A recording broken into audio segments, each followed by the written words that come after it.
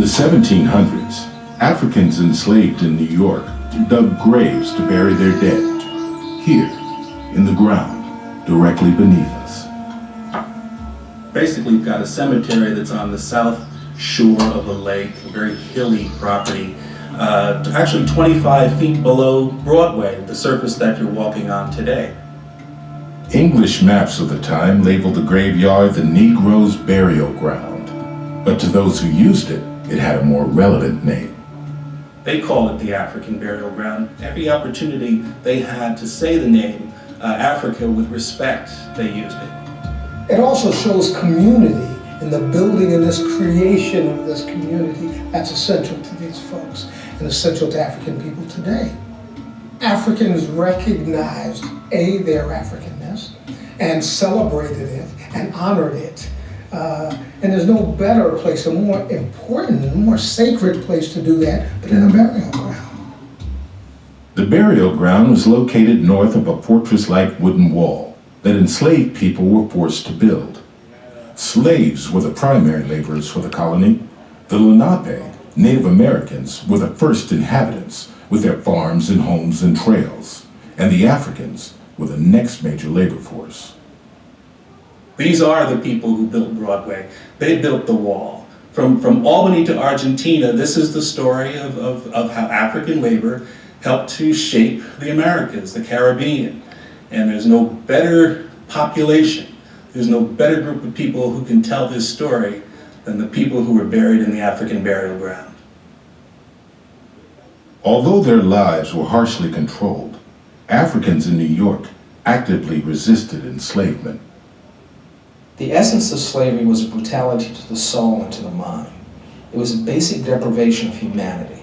Now, the fact that that was imposed on people doesn't mean that they accepted that.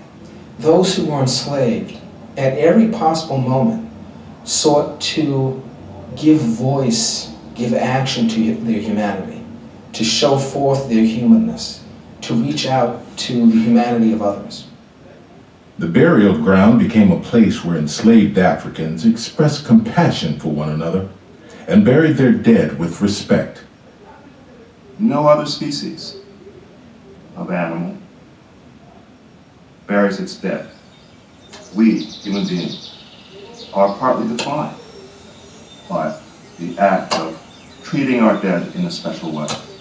One could no more deny those Africans in New York the burial of their dead than deny them the right to speak, stand and walk erect on two legs, to use tools, to be human. The African burial ground was also a place of peace and rest, but rest was an elusive state for enslaved New Yorkers. Their lives were dominated by work. It's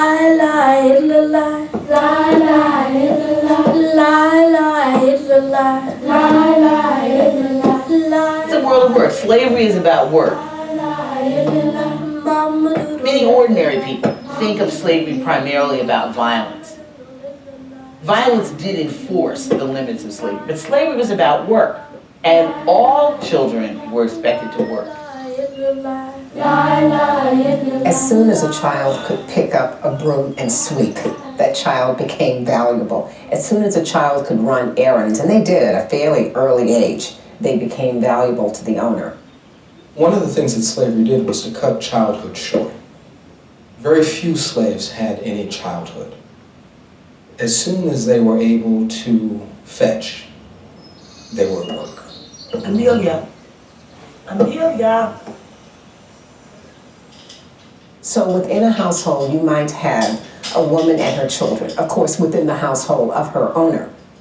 And that woman is expected to labor throughout the day and the night as well for her owner and for the owner's family, so she's taking care of his children. Parents fought to keep their children protected and near, but enslaved children had to grow up fast. On this sad day, Amelia is sent on an important errand. Her father has died. Her mother gives her a keepsake to take to the elder, who is preparing her father for burial.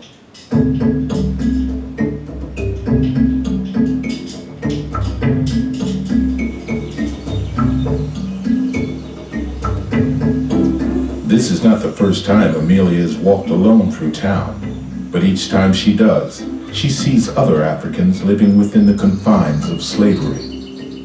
One of the most important things, I think, to see about that world is that it was a small world.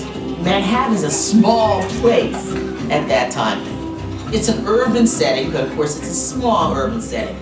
The second thing that I would say about their lives is that they were very diverse people. They came from West and Central Africa, from various different cultures within the continent of Africa. They came from the Caribbean. She would have seen people at work. She herself was working. She is seeing the city grow.